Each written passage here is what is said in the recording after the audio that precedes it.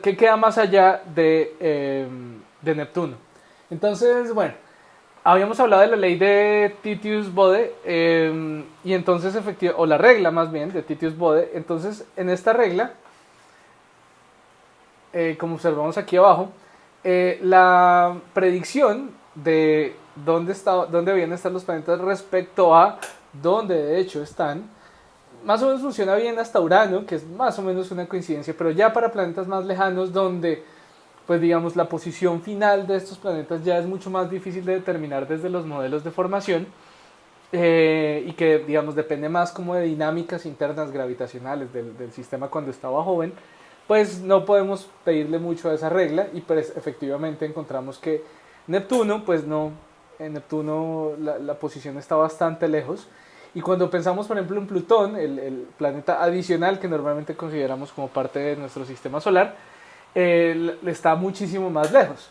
Eso, entonces, claro, la predicción de la regla de Titius-Bode, que está aquí arriba en rojo, nos indica que hay gran cantidad de masa aquí a 80 unidades astronómicas. O digamos, hay algo de masa ubicada a 80 unidades astronómicas según pues esa ley de potencias que es esencialmente lo que es la ley de Titius-Bode. O sea, simplemente que la materia está distribuida de una manera organizada bajo cierta ley de potencias. Entonces, lo que vemos es que seguramente hay mucho material ahí y efectivamente cuando las personas, los científicos del siglo XVIII comenzaron y XIX y XX también, comenzaron a analizar los cometas, por ejemplo, se daban cuenta que estos cometas debían de venir de alguna parte porque no, o sea, dado que estaban perdiendo tanto material los cometas cuando se acercaban al Sol, pues que se veía evidentemente que había material escapando. Entonces tenía que haber un reservorio de cometas en las lejanías del sistema solar. Y estos van a ser estas dos regiones grandes llamadas una el cinturón de Kuiper y la otra la nube de Oort. Ambas nombradas por astrónomos holandeses. Hablemos primero entonces de Plutón, el planeta enano más famoso que hasta hace muy poco tiempo fue planeta y por qué tanta gente lo ha llevado tan mal de que Plutón no sea un planeta. Entonces, Plutón es un planeta con un quinto de la masa de la Luna, o sea, mucho más pequeño que la Luna, un tercio en masa y en volumen también, es solo un tercio.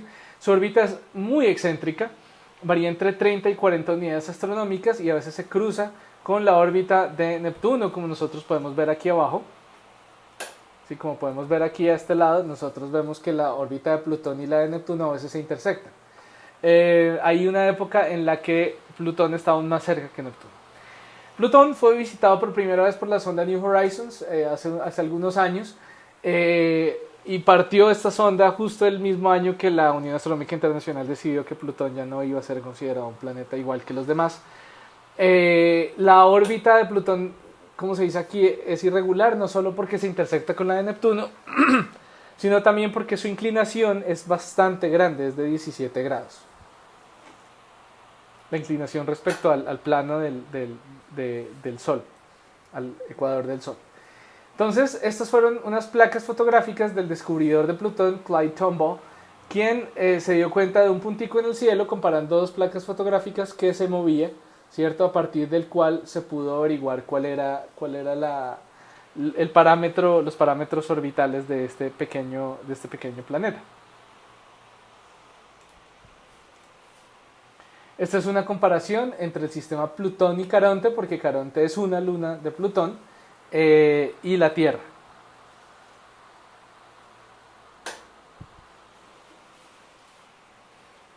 De hecho, el sistema Plutón-Caronte no es solo ni siquiera Plutón-Caronte, sino que además es otras lunas alrededor de este sistema. Otra cuestión importante aquí es que Plutón y Caronte están dando vueltas una alrededor de la otra, más como si fueran lunas mutuas, por así decirlo, más bien un planeta enano casi que binario, aunque Caronte no es un planeta enano, por lo que recordemos que la definición es que, no, mejor dicho, que si los planetas fueron buñuelos, tienen que ser buñuelos profesionales, no esos buñuelos que uno hace cuando ayuda en la cocina que le quedan así todos amorfos, así feitos. No, tienen que tener forma esférica bien bonita.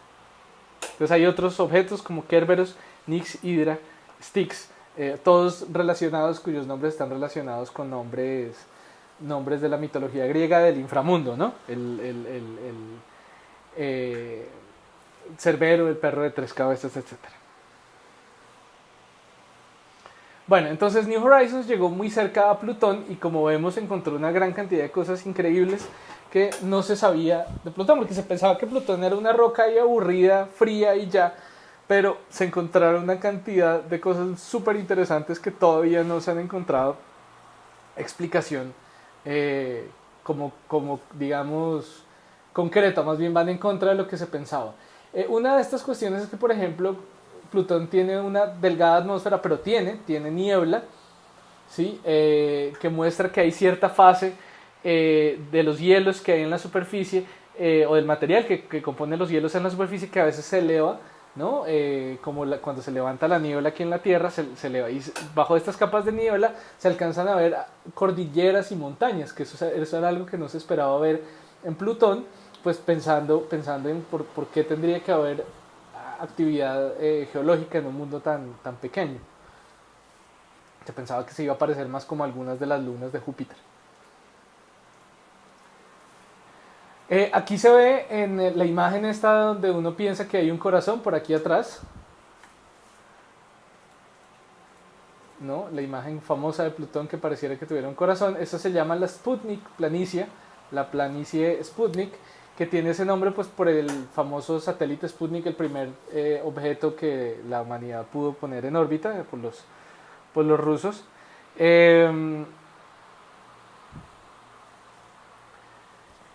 Entonces, Plutón tiene un terreno bastante diverso. Esta es una banda bien importante que muestra un montón de cosas de izquierda a derecha.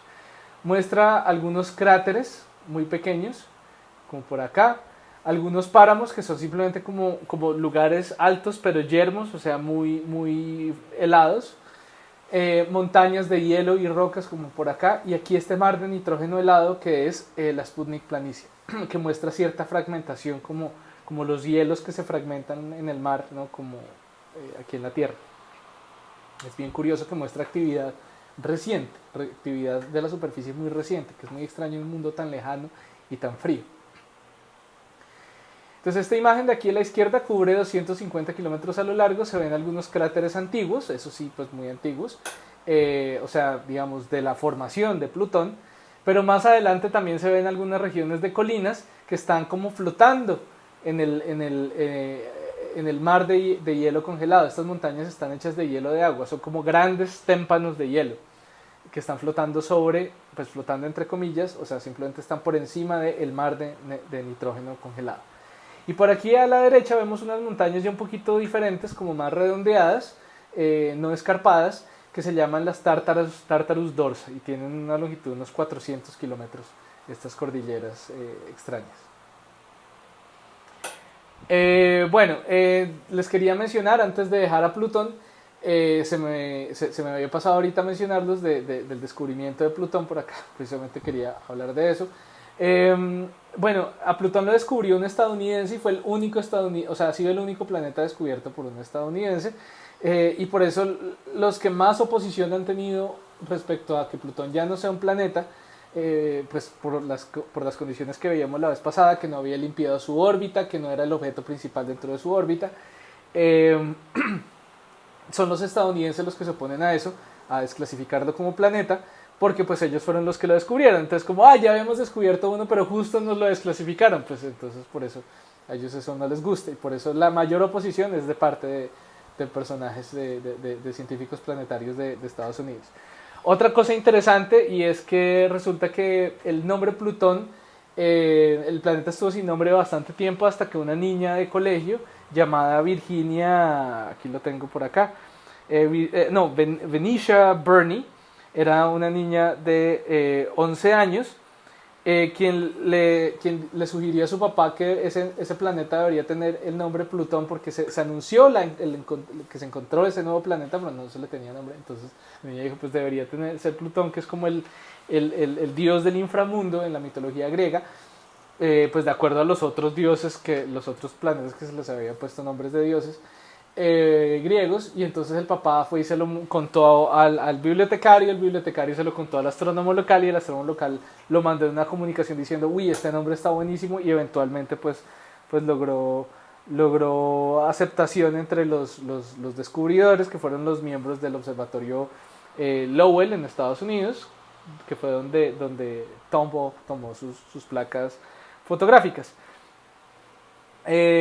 Adicionalmente, este observatorio, pues como yo les mencioné la vez pasada, este señor Percival Lowell, que fue el que puso el telescopio más grande en su momento, aunque el hombre pues tenía ciertas, la imaginación demasiado activa respecto a lo que veía en Marte, pero pues ese fue el telescopio que él puso, sí tuvo bastante uso astronómico. Y les quería mostrar algo importante sobre el símbolo, que no les mencioné el símbolo de los otros planetas. Eh, pero esencialmente el símbolo lo voy a escribir acá. El símbolo el símbolo de Plutón es, a ver, vamos, lápiz, es es una P y una L aquí abajo. Ese es el símbolo. No de Plutón, no, sino del observatorio Percival Lowell, el nombre de la persona del astrónomo que puso este observatorio. Y tiene ese símbolo en honor a Percival Lowell.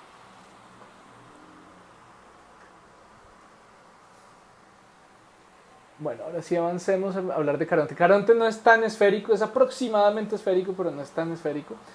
Tiene un rojo casquete polar. Cuando hablamos de rojo en estos lugares tan fríos, por lo general nos estamos refiriendo a hielos de volátiles, o sea, como agua, dióxido de carbono, etcétera. Pero en particular nos estamos refiriendo a compuestos orgánicos, que son los que pueden presentar este color. Compuestos orgánicos complejos, que son esencialmente cadenas largas de carbón con hidrógeno y de pronto con algunos oxígenos y nitrógenos pegados. Caronte tiene un diámetro de 1200 kilómetros y se alcanzan a ver en esta imagen de la izquierda, esta de aquí, se alcanzan a ver, o sea, los detalles más pequeños son detalles más o menos de 3 kilómetros de tamaño, o sea que Caronte no es tan pequeño y por eso, digamos, da órbita mutuamente alrededor con Plutón. Y este es el color real, el color de allá de la izquierda es un color falso, es un color exagerado. El color real es este, o sea, se ve más bien como pálido. Y vemos aquí entonces, por ejemplo, en este rectángulo, vemos cráteres, pero vemos por aquí, por ejemplo, una figura una imagen, más bien una característica curiosa que es como una montaña dentro de un cráter. Eso es algo bastante curioso que puede mostrar también algo de actividad de hielo en Plutón, en Caronte, que es esencialmente lo que se está viendo en Plutón. Es actividad geológica, pero es movida por los hielos, o sea, tiene tantos hielos que esencialmente actúan como la geología actúa en planetas rocosos, ¿sí? Con escalas de tiempo seguramente hasta mucho más cortas. Bueno, entonces aquí tenemos el cinturón de Kuiper, que es una de estas regiones que les mencionaba, que es de donde están muchos de estos planetas enanos y donde salen muchos de los cometas de periodos cortos, o sea, de periodos digamos, de menos de 100 años, 200 años, que, digamos, tienen órbitas cuyo periodo es parecido al de Plutón, ¿sí? Aunque tal vez un poco más corto a veces porque son órbitas mucho más excéntricas, cuyo perihelio, pasa mucho más cerca que el Sol, que Plutón, obviamente. Está más o menos, las regiones fueron predichas que está entre 30 y 50 unidades astronómicas, o sea que alcanza a coger todavía Neptuno, y fue predicho su existencia en 1960 por Kuiper, ya como para, digamos, dar una explicación concreta de dónde salen todos estos cometas de periodos aproximadamente cortos, que son bastante comunes. Y tiene objetos que van desde los cientos de kilómetros hasta 1000 kilómetros. Por ejemplo, Caronte, que tiene 1000 y pico kilómetros, es un objeto del cinturón de Kuiper.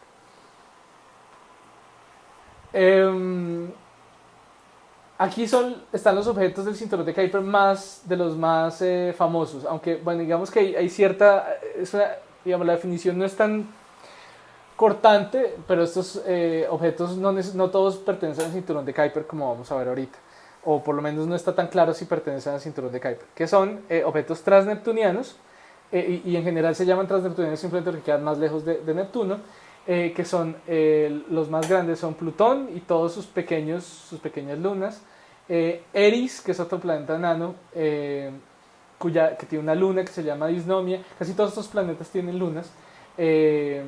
Haumea, que ya tiene una forma mucho más extraña, Makemake, Gong, Quaoar, Orcus, Salacia, este que no tiene nombre, Sedna, este es bien importante, de él vamos a hablar más adelante, y están en comparación de tamaño, de diámetro, con respecto a la Tierra. Sedna en particular es un objeto que es posible que no sea un objeto del cinturón de Kuiper, sino que venga de más lejos.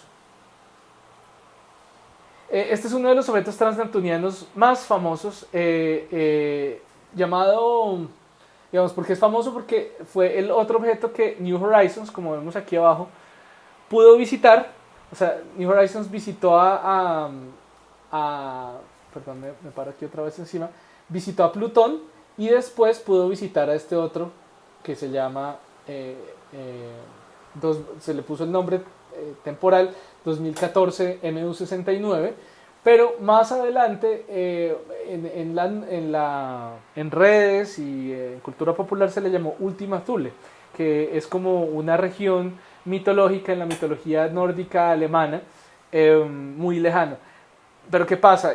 Como pueden buscar después si quieren buscar más adelante en Google, este lugar, Thule, Ultima Thule, tiene ciertas connotaciones que tienen que ver ¿con qué? Con Hitler y con los nazis, pues ellos tenían también cierto apego por ciertas mitologías alemanas, entonces pues se ha querido como distanciar un poco este objeto de algo pues que tenga que ver con los nazis, entonces ya no se le llama Ultima Thule, sino tiene este nombre. Entonces este objeto, Arrokoth, fue visitado por New Horizons en el 2019, su semieje mayor es 44 unidades astronómicas, o sea, hay momentos en que está más lejos de qué, de Plutón, a otras veces que Plutón es el que está más lejos, porque Plutón tiene una órbita que se aleja bastante. Su máxima extensión, o sea, el eje más largo, la distancia más larga que hay de punta a punta es 36 kilómetros, es relativamente pequeño. Es como un objeto que, de hecho son dos, que medio alcanzaron a pegarse y quedaron junticos, o sea, se ve hasta dónde quedaron unidos, como con babitas, ¿sí? Casi que están a punto de despegarse. ¿Y por qué puse este modelo un poco 3D? Pues para darnos cuenta que tal vez en la imagen plana no es muy claro que digamos, se ven como dos bolitas, como un buñuelo redondo con otro buñuelo más pequeño que se le salió como el relleno, pero de hecho no, tenemos es una textura mucho más plana. El objeto más grande es más bien un objeto como una arepuela, como más planito, y el otro es un poquito más esférico, el que está debajo es un poquito más esférico y tiene un cráter bastante grande de impacto que posiblemente fue causado en su periodo de formación. Bueno, hasta ahora hemos hablado de 8 planetas conocidos, unos 10 planetas enanos, alrededor de 10, no conocidos seguramente muchos más, aunque ha sido curioso que no se han conocido tantos planetas enanos,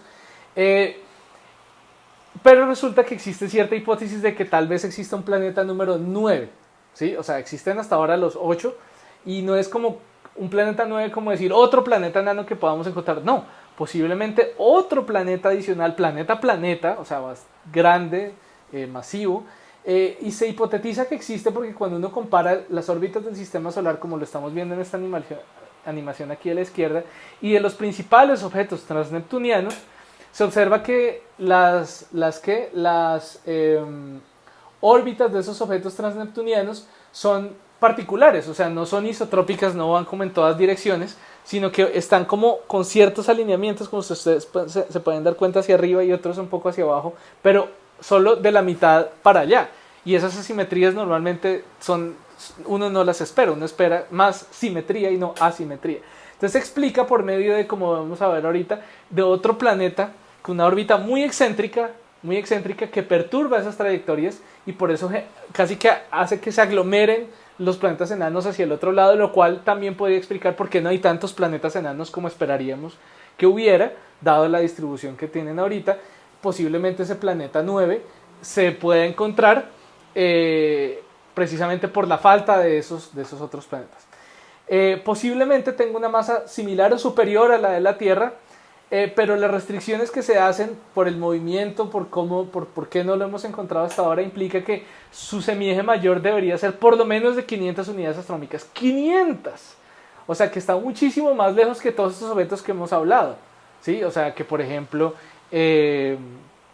Neptuno, Plutón, Arrokoth, todos estos, este planeta estaría, su semieje mayor sería muchísimo mayor. Entonces, para encontrarlo sería mucho más difícil. ¿Listo? Les queda de tarea, por si acaso, si tiene ese semieje mayor, calcular su periodo orbital. ¿Cuál sería su periodo orbital si tiene ese semieje mayor? Acuérdense que ese sería el radio.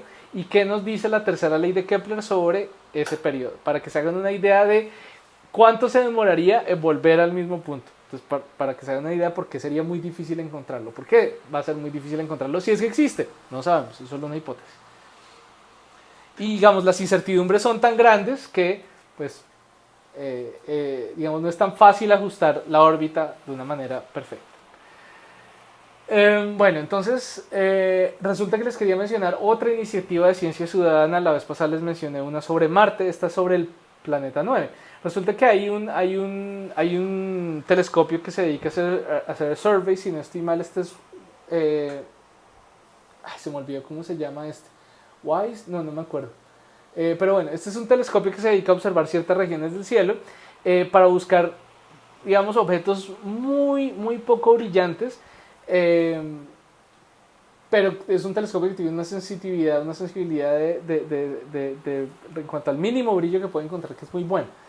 Entonces, la idea es que lo ponen a uno a identificar en diferentes campos de visión de este telescopio, a ver si uno de pronto encuentra algún objeto que se vea extraño, que podría ser, por ejemplo, el planeta 9, de pronto, increíble, o estrellas enanas marrones, que son estrellas que no alcanzan a fusionar hidrógeno en su núcleo, como si lo hacen estrellas como el Sol de la secuencia principal, pero que son bastante más masivas que cualquier planeta que nos imaginemos, y que por lo general están solas, y a veces las encontramos. Entonces esto es para encontrarlas también, para ver si encontramos nuevas de estos objetos muy poco brillantes, pero que de pronto pueden encontrarse. Y de pronto, ¿quién quita un planeta nuevo? De hecho, ya se publicó un artículo de este proyecto de ciencia ciudadana de personas que encontraron estrellas enanas marrones muy cerca. O enanas marrones muy cerca. No las llamamos estrellas, aunque pues digamos a veces es lo suficientemente abierto el término como para distinguir. O sea, prefiero que nos quede más claro que son más parecidas a estrellas que a planetas, que muchas veces hay gente que se imagina que las enanas marrones son más bien parecidas a planetas. No. O sea, son o sea, si se parecen a algo, si tienen primos cercanos, es a las estrellas, no a los planetas. Bueno, este es otro objeto bastante interesante. Este es solo una imagen artística que se llama, igual que algunas de las que les he mostrado, les voy a hacer la aclaración de una vez. Por ejemplo, esta no es artística, esta es una imagen tomada por New Horizons, pero de estas, excepto Plutón y Caronte, todas las demás son imágenes artísticas. Bueno, y las de abajo de la Tierra y la Luna tampoco son artísticas, son imágenes reales, pero las otras son artísticas. Esta es una imagen artística de un objeto llamado Oumuamua, que es el primer objeto detectado que viene de afuera del sistema solar. ¿Cómo se sabe que viene afuera del sistema solar? Pues se mira su trayectoria y se ve que de ninguna manera en algún momento estuvo haciendo una órbita alrededor del Sol, sino que vino, mejor dicho, entra y va a seguir derecho. Sí, es solo un visitante. Es un objeto pues tipo asteroide con una superficie rojiza, lo cual indica que seguramente tiene este tipo de compuestos orgánicos complejos que son comunes en nuestro sistema solar y que son comunes también en regiones de formación estelar.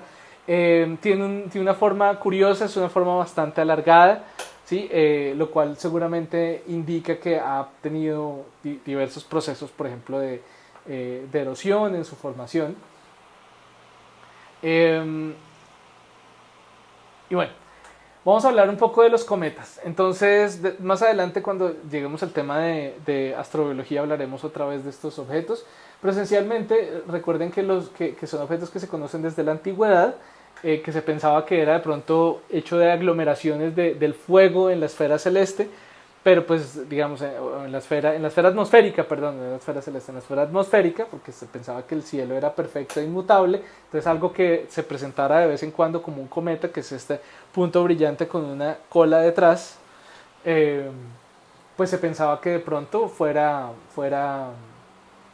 algo atmosférico. Ya después, como les mencioné,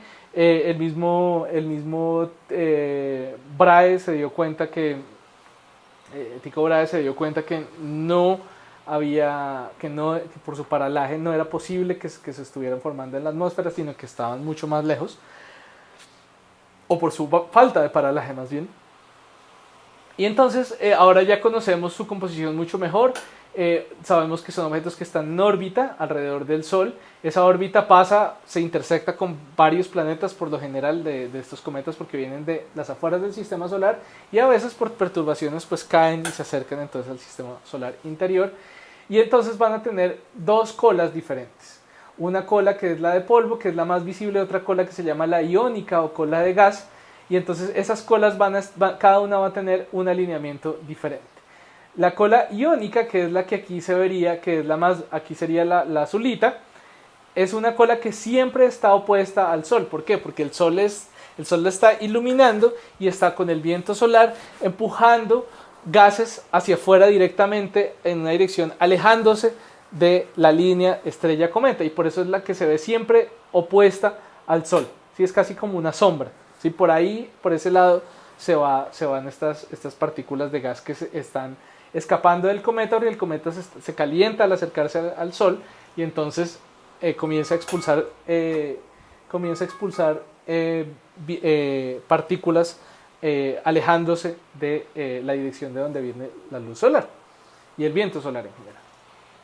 Y está la cola de polvo, que como el polvo ya no puede ser empujado tan eficientemente por la radiación solar, entonces se queda un poquito detrás, entonces está un poquito atrasado. Entonces, por ejemplo, si yo aquí en esta imagen fuera a decir, yo estoy aquí montado sobre este cometa, y fuera a decir, ¿dónde está el Sol respecto al cometa? Yo tendría que apuntar en la dirección que apunta la cola iónica. ¿Sí? Porque la cola iónica lo que me muestra es que el Sol está justo detrás. El Sol está empujando de para allá con su radiación, está empujando el gas hacia afuera. Y la cola de polvo está un poquito descuadrada, ¿sí? Porque si bien también ese material es expulsado hacia afuera, ay carajo, casi se me cae mi estación de trabajo, si es expulsado hacia afuera, pero pues no es expulsado con tanta fuerza, entonces se queda ahí como cierto retraso, y por eso esa cola se ve un poquito así, un poquito curva, o por lo menos un poquito desalineada con la cola iónica. Entonces, la cola de gas, pues son granos de polvo, lo que pasa es que nos tenemos que imaginar los cometas como si fueran, como si fuera un, no sé si han comido raspado, como un raspado, imagínense que se le caiga uno al piso y queda lleno de tierrita, así como una bola de raspado de hielo con granos de polvo, con tierra, con rocas y esto adentro. Y entonces, claro, cuando se va calentando, pues el gas se evapora, ¿cierto? Pero también pues salen las partículas de polvo, y estas partículas de polvo pues tienen un tamaño similar a unos me quedó mal escrito eso, a unos micrómetros más o menos, a partículas similar a las partículas de polvo en el ambiente de la contaminación, por ejemplo, este material particulado 2.5, 10 micrones, o sea, millonésimas de metro. Este cometa que estamos viendo aquí arriba, este es el Halley, el famoso. Este de aquí de la derecha es el cometa Hale-Bopp, que es un cometa de periodo largo, ¿sí? La cola alcanzó a tener unos 100 millones de kilómetros, de largo cuando pasó cerca. Listo. Aquí vemos un poquito más detalle la estructura del cometa. Esta sería la cola, que es doble, la cola de iones o la cola de gas y la cola de polvo. Entonces vemos la cola de iones perfectamente opuesta al Sol, la cola de polvo un poquito retrasada, como haciendo esta forma aquí un poco curva. La coma del cometa es pues porque, digamos, el Sol calienta esta bola de hielo sucia, o esta bola de nieve sucia, como estamos describiendo el cometa, esta aglomeración de hielo y tierra y polvo, y entonces, claro, la calienta, y al calentarla, pues obviamente el gas se proyecta hacia afuera, ¿no? Entonces hay cierta parte de la cola que no se va hacia atrás, sino que antes pues está como proyectándose al frente, en la parte del frente del núcleo del cometa, y eso es lo que se llama la coma, y puede ser también bastante más amplia que el cometa. Y la dirección de movimiento del cometa no es hacia el Sol directamente, sino que es en órbita, entonces por eso está esa flecha en esta dirección. ¿Listo? Entonces, opuesta a la dirección del movimiento del cometa está la cola de polvo, que se queda, digamos, como donde estaba la posición anterior del cometa, y ahí se queda la cola de polvo. La cola de iones, la cola de gas, es así, apunta opuesta directamente al Sol. Y la coma se proyecta hacia el frente, en la dirección opuesta a la cola de gas. Es como que dice el velo, por así decirlo, si así lo quisiéramos, del cometa. Les quería mencionar una cuestión curiosa del cometa, y es que, claro, los antiguos veían como estas formitas en el cielo. Antes de eso. Este es otro cometa también de periodo, uno de los cometas de periodo largo, el cometa Enckeros. Esto no es una sigla, es el nombre de un señor checo, que estos nombres tienen muchísimas consonantes. Entonces él descubrió muchísimos cometas de periodo largo, o sea, de varios cientos de años que se demoran en volver, y este es uno de ellos, que muestra claramente la cola de polvo y la cola de iones, ¿no? La cola más recta es la de iones, entonces ya la pueden identificar. Entonces los cometas son conocidos desde la antigüedad. Por ejemplo, el cometa Halley es conocido hasta por los babilonios. Ahí en esta tabla, por ejemplo, que vemos del Museo Británico, se alcanza a ver una observación de un paso del cometa de Halley, que pasa aproximadamente cada 70 años, 70, 80 años alrededor. Y esta observación entonces se puede mirar, conociendo la órbita bien del cometa Halley, pues se puede saber que fue exactamente ese cometa en esa fecha, en septiembre del año 164 a.C. Este es otro paso del cometa Halley, y como les dije, los antiguos lo veían como pues un centrico con una cola detrás, con un velo detrás, como una llamarada blanca detrás, pero los griegos lo asociaban como si fuera pelo hacia atrás, como pelo blanco. Y precisamente cometes en griego antiguo significa peludo, un objeto peludo. Entonces de ahí viene ese nombre cometa. Este es un tapiz muy famoso que sobrevivió de la Edad Media, del año 1066, donde muestra un paso, otro de los tantos pasos del cometa Halley.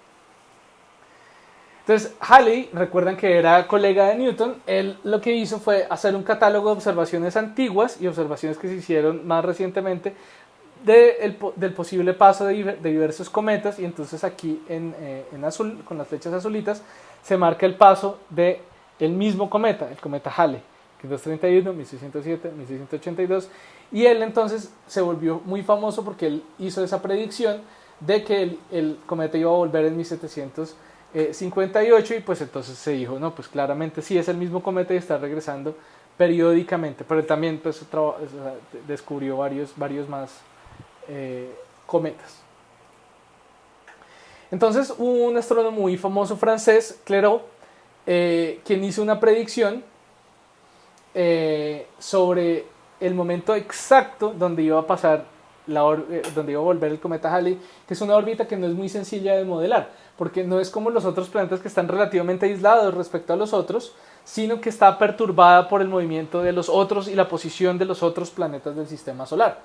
Entonces Clairaut se sentó a coger las ecuaciones o los principios de Newton y se sentó a mirar detalle por detalle qué podía afectar la trayectoria del cometa, y pudo hacer una predicción muy buena de cuándo iba a llegar el cometa, y le pegó casi que perfecto, y eso fue una de las principales evidencias a favor de la teoría de Newton. Entonces ya digamos que, como mencionamos, había una escuela matemática muy fuerte en Francia en esa época, que gracias a la traducción, o digamos la traducción no solo del inglés, sino también la traducción en cuanto a la manera de pensar de los franceses que hizo Voltaire de las ideas de Newton, entonces los franceses adoptaron y cogieron todo ese acervo matemático, acervo en conocimiento matemático que tenían, y lo aplicaron a las ideas de Newton, y se vio que efectivamente las ideas de Newton eran correctas. Ahora, de nuevo, filosóficamente seguían teniendo los mismos problemas de siempre las ideas de Newton. Bueno, ¿y de dónde sale esa gravedad? No me pregunten, pero las predicciones que hacen, perfectas. Entonces ya como que se perdió un poco esa idea de seguir atacando las ideas de Newton desde el punto de vista filosófico, sino que se barrió eso un poco debajo del tapete, hasta que llegó Einstein. Bueno, entonces aquí vemos el cometa Halley, el núcleo del cometa Halley visto por una sonda espacial mucho más de cerca, más o menos a 1000 kilómetros de distancia. Se ve el tamaño del núcleo, ¿sí? Que es esa roca o este objeto rocoso que se ve ahí, es más o menos de unos 10 kilómetros. Los detalles que se ven en esta imagen son más o menos de 1 kilómetro de tamaño, o sea, es un objeto de apenas unos kilómetros de tamaño cuya cola se extiende a cientos de miles de kilómetros hacia afuera, que es precisamente el material que se ha evaporado o sublimado, tal vez es un mejor término, porque es hielo que pasa inmediatamente a estado gaseoso, no pasa en ningún momento por estado líquido, por la baja presión que hay de todas maneras, está en el vacío del espacio.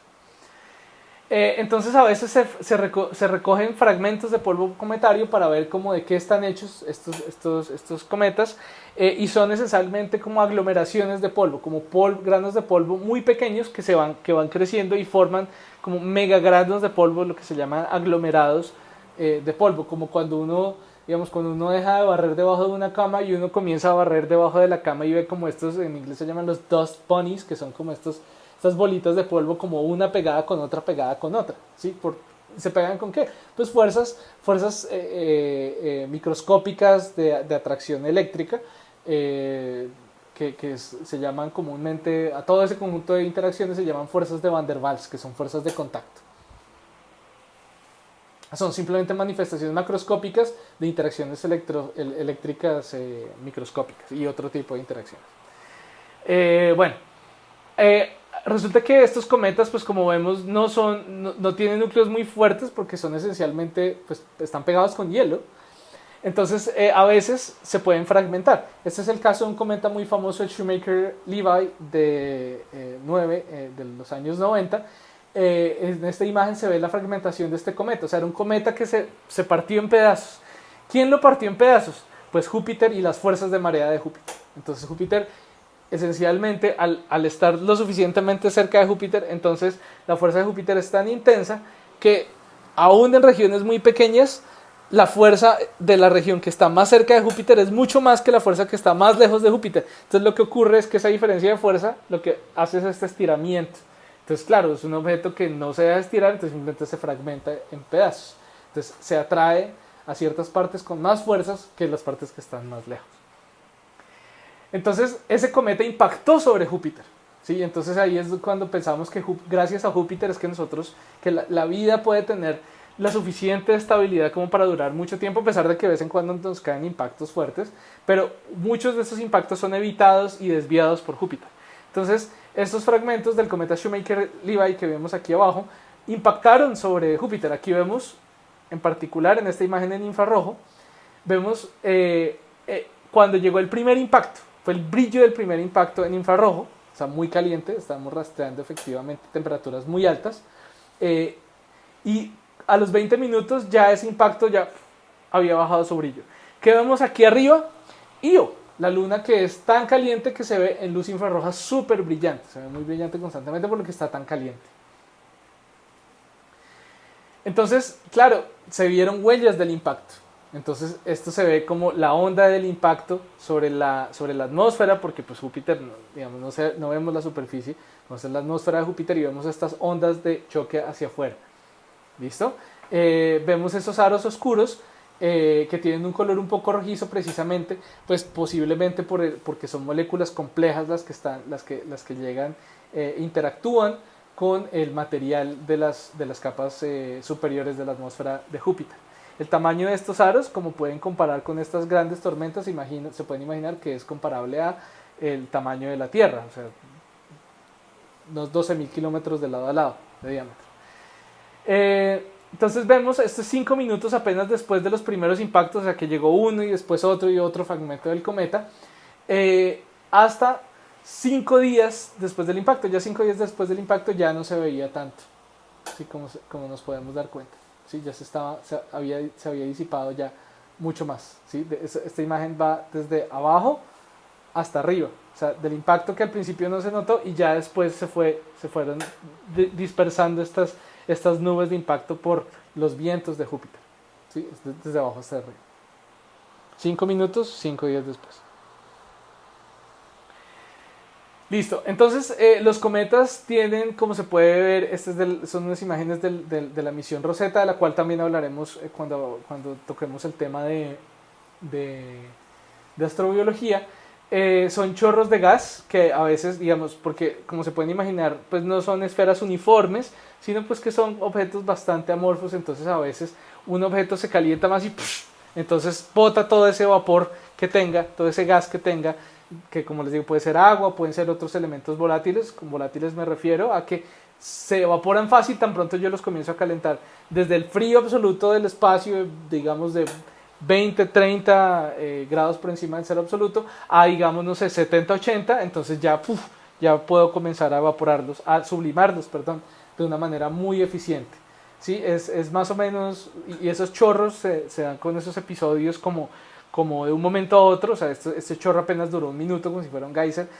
Yo me lo imagino un poco, no sé si alguna vez han calentado arroz en microondas. Entonces calienta arroz en microondas y cuando ya está bien caliente, entonces comienza a totear, como si fuera maíz pira. ¿Ese toteo de dónde viene? Pues viene de pequeños bolsillos, por así decirlo, o paquetes de agua que se calientan tanto que se expanden, se convierten en gas y entonces uno escucha ¡pah! ¿Sí? Que se convierte en vapor de agua. ¿Sí? Que eso es lo que hace el microondas, calentar el vapor de agua. Bueno, y entonces este es el famoso cometa que vio la sonda Rosetta, que es el cometa 67P, también llamado Churyumov-Gerasimenko por sus descubridores, que fue la que visitó Rosetta. Y aquí vemos ya cuando se está acercando a su punto más cercano el cometa respecto al Sol, al perihelio, entonces ya lo vemos no ya contra un fondo negro del vacío del espacio, sino el fondo blanco, que es precisamente todo este material que está siendo sublimado de la superficie del cometa por precisamente la radiación solar que lo está impactando. Bueno, esta imagen me gusta mucho porque es una de las pocas imágenes que logró tomar la sonda Philae, que era una pequeña sonda que se suponía que tenía que caer sobre el cometa, sobre la superficie del cometa, pero lamentablemente cayó mal, entonces no pudo tomar muchas imágenes porque cayó en una sombra donde el sol no le caía y pues estos sistemas dependen de luz solar. Entonces se ve la superficie del cometa y me gusta mucho porque se ve precisamente como una aglomeración, o sea, se ven como los granos, o sea, no se ve como una superficie sólida, sino como granos de polvo y rocas puesticas ahí sobre la superficie. Se ve esta superficie quemada por los rayos del sol, y además se ve que se va erosionando esa superficie. ¿Por qué? Pues porque los granos de polvo, entre los granos de polvo normalmente hay hielo, pero el hielo es lo primero que se levanta. Entonces, ¿qué queda? Quedan las rocas más grandes. Es como cuando yo me he dado cuenta, cuando por ejemplo hay material de construcción, arena y gravilla frente a un edificio y después llueve, entonces parte de esa arena y esa gravilla se va, pero se ve que quedan como los granos más, o perdón, los rocas de la gravilla más gruesa se quedan así como en montañitas, y lo demás se ha ido erosionando, las partículas más ligeras se han ido. Entonces más o menos esto es lo que pasa, solo que al revés. O sea, las partículas aquí más ligeras, que son el hielo, no se erosionan hacia abajo, ¿sí? Porque no es lluvia que está cayendo, sino hacia arriba, porque se están evaporando y se están levantando, y por eso a veces se llevan también granos de polvo con los que se forman pues las colas de polvo. Obviamente los granos más sólidos, más grandes, no se van a levantar, solo se levantan los granos muy pequeños, que son los que se están viendo precisamente en la cola de polvo de los cometas. ¿Listo? Esto me parece también bien interesante. Esto es algo relacionado con digamos, cómo se ven estos cometas. Y resulta que estos cometas tienen tanto tierra, tanto polvo, tanta roca, pero también ese hielo está tan quemado, o más bien estas moléculas orgánicas que también hay presentes en estos cometas digamos, se han quemado tanto por la interacción con el sol. Digamos, porque o sea, no solo hay hielos de agua y dióxido de carbono y eso, sino también hay hielos, por ejemplo, de metano, de formaldehído, de un montón de moléculas orgánicas, como veremos más adelante en nuestro capítulo sobre astrobiología. Se ve claramente que no se ve nada. O sea, en la vida real así se vería un cometa a simple vista, se vería absolutamente oscuro y quemado. Ahora, estas imágenes brillantes, como la que vemos en el caso anterior, como imágenes como digamos con superficies blancas, realmente son porque la cámara se ha sobreexpuesto, ¿sí? Por eso en el fondo no se ven estrellas, ¿sí? porque esencialmente lo que se ve es principalmente el gas, o sea, las estrellas ni siquiera se notan casi, sino que se ve es el gas saliendo. Pero lo que se hace es, este mismo objeto ha sido pintado de negro, lo pintó alguien para ilustrar esto, y es este mismo objeto pintado de negro, pero con fotos tomadas a diferentes tiempos de exposición. Aquí con muchísimo más tiempo de exposición, entonces ya se alcanzan a ver como esas diferencias sutiles de la superficie, pero en la vida real se verían más bien como aquí al lado izquierdo. Bueno, hablemos un poco de Sedna, que es uno de estos objetos transneptunianos que posiblemente viene de una región aún más lejana. Este objeto Sedna, de hecho, tiene un periodo orbital de más de 10.000 años. ¿Sí? O sea, es uno de estos objetos de periodo largo, pero larguísimo. O sea, vamos a volverlo a ver en el mismo punto de su órbita en unos 10.000 años. Aquí abajo vemos las placas, pues ya no son placas fotográficas, sino las fotografías sucesivas con las cuales se detectó este objeto en el 2003. Tiene una órbita muy excéntrica y por eso su afelio, o sea, el momento en el cual está más lejos, es 1000 unidades astronómicas. Imagínense, 1000 veces más lejos que la Tierra al Sol. O sea, Plutón está a 40 unidades astronómicas. Y Sedna lo más lejos que puede llegar es hasta 1000 unidades astronómicas, imagínense. Y su perihelio, o sea, a veces se acerca muchísimo, es de 76 unidades astronómicas. Bastante lejos, o sea, bastante más lejos que, por ejemplo, este objeto de Arrokoth, el que observó, el que es como un buñuelito que se le salió el relleno, pero pues mucho más lejos. Y por su color se observa, o por su luz reflejada, se observa que también está cubierto de material orgánico de una composición similar a la de Tritón, por lo cual se piensa que Tritón no fue un objeto que fue formado al mismo tiempo que, o bueno, si fue formado en la misma región donde los objetos transneptunianos, o sea, en el cinturón de Kuiper o más allá. ¿Listo? O sea, se formó con hielos que no fueron muy procesados, digamos, en su formación, sino que se quedaron como eran, más o menos, del material que dio lugar al sistema solar. O sea, no hubo mucho procesamiento térmico ni nada de eso. Sí, digamos, no sé si han escuchado, yo sigo con mis analogías de cocina, pero es que me gusta mucho cocinar.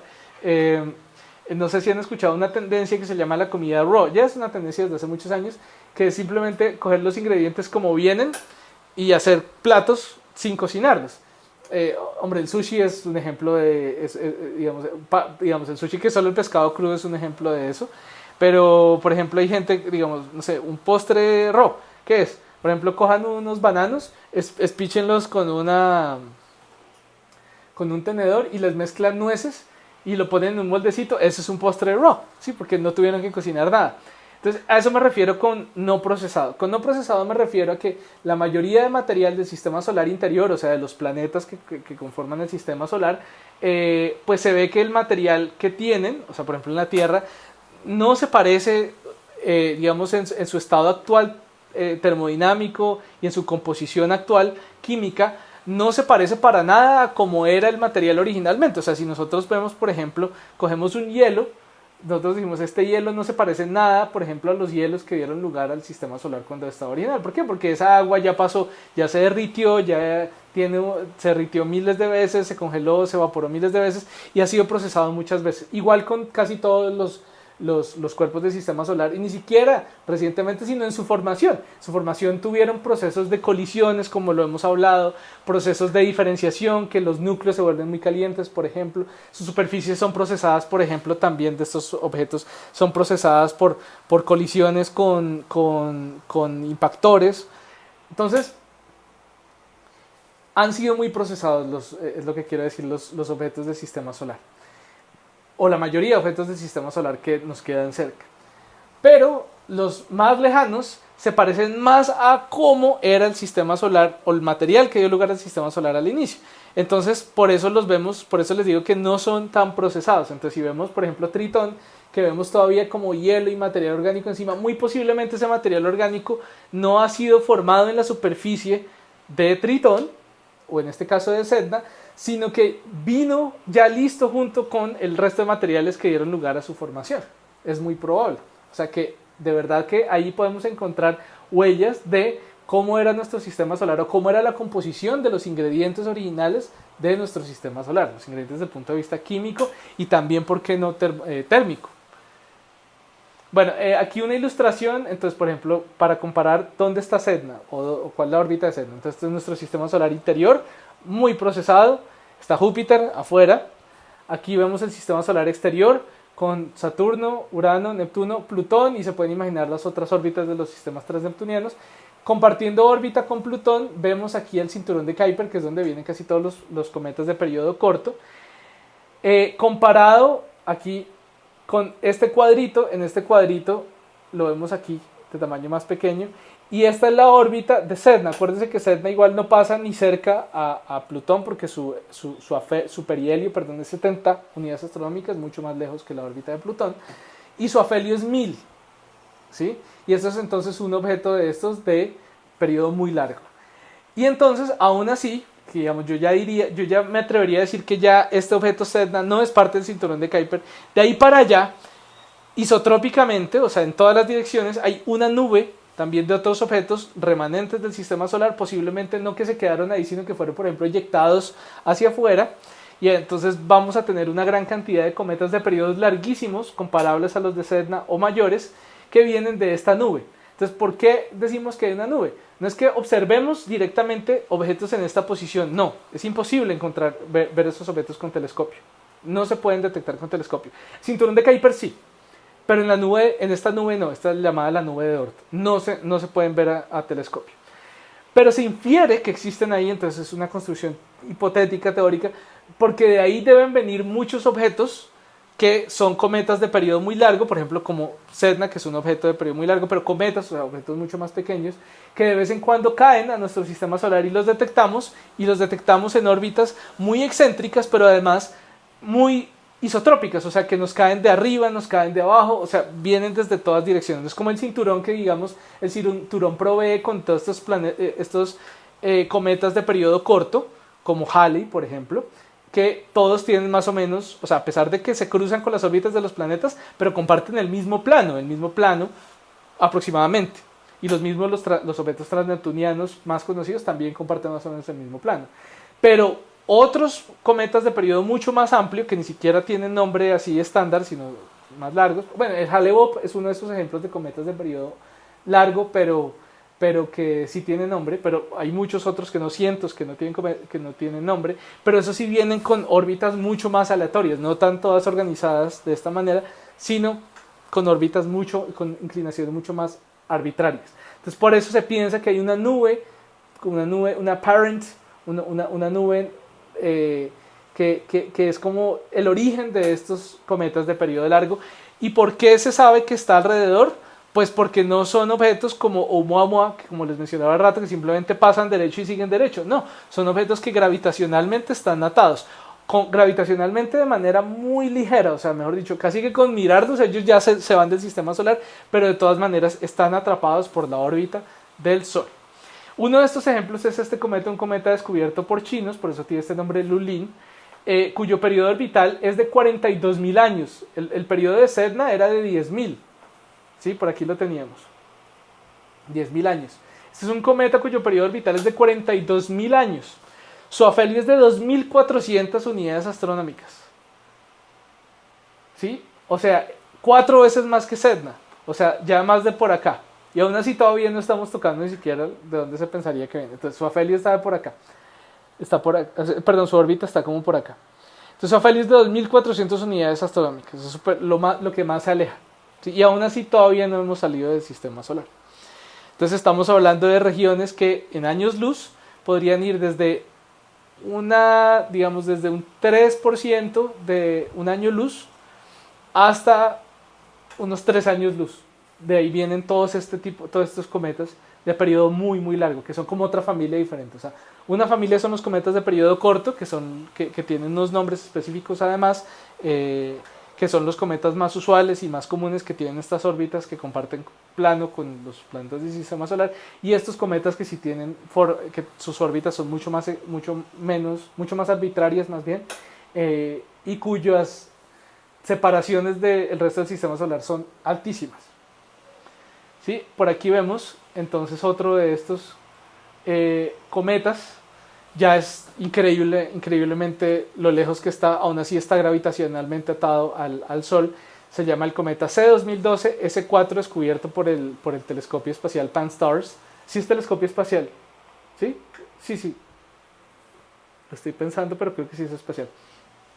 Y entonces se detecta, pues precisamente porque digamos, no se mueve igual que las estrellas del fondo, o sea, las estrellas del fondo se mueven y este no se va a mover igual que las otras estrellas. Y entonces, deduciendo sus parámetros orbitales, se encuentra que su afelio está a 8 años luz. Imagínense. O sea, es lo más lejos que él puede estar, es 8 años luz. Entonces, es uno de estos cometas que posiblemente vienen de esta región de cinturón de Kuiper, que es como un reservorio donde el material sobrante del sistema, de la formación del sistema solar, está gravitacionalmente prácticamente que no atado, pero sí todavía está atado un poquito al resto del sistema solar. Y entonces, ya para resumir estas lejanías de nuestro sistema solar, entonces encontramos aquí el sistema solar exterior. El sistema solar interior ni siquiera se vería aquí en esta figura. Neptuno, que es esta órbita azulita de acá, es el límite inferior del cinturón de Kuiper. El cinturón de Kuiper se extiende hacia afuera, ¿sí? Más allá de la órbita de Plutón, hasta donde encontraríamos la mayoría de objetos transneptunianos, como los que les mencioné, Quaoar, bueno, etc. Que más o menos comparten plano, donde estaría, por ejemplo, nuestro famoso planeta 9, el hipotético planeta 9, y ya mucho más allá, muchos miles de veces más allá, nos encontramos la nube de Oort, que ya es mucho más isotrópica, no es un cinturón, sino está en todas direcciones, ¿sí? Que seguramente tiene muchos miles de millones de cometas. Acordémonos que billions en inglés no es billones en español, es miles de millones en español.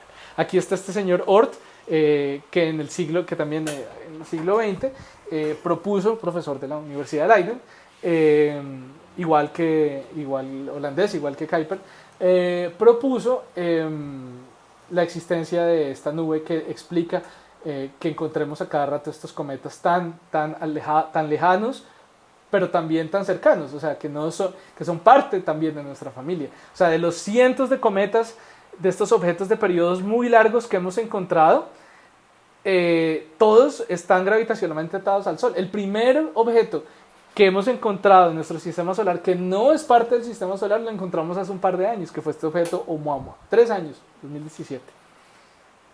Bueno, entonces ya con esto cierro este tema de sistema solar por ahora, porque vamos a hablar del Sol y la Luna, y el Sol y la Tierra, que también son parte del sistema solar.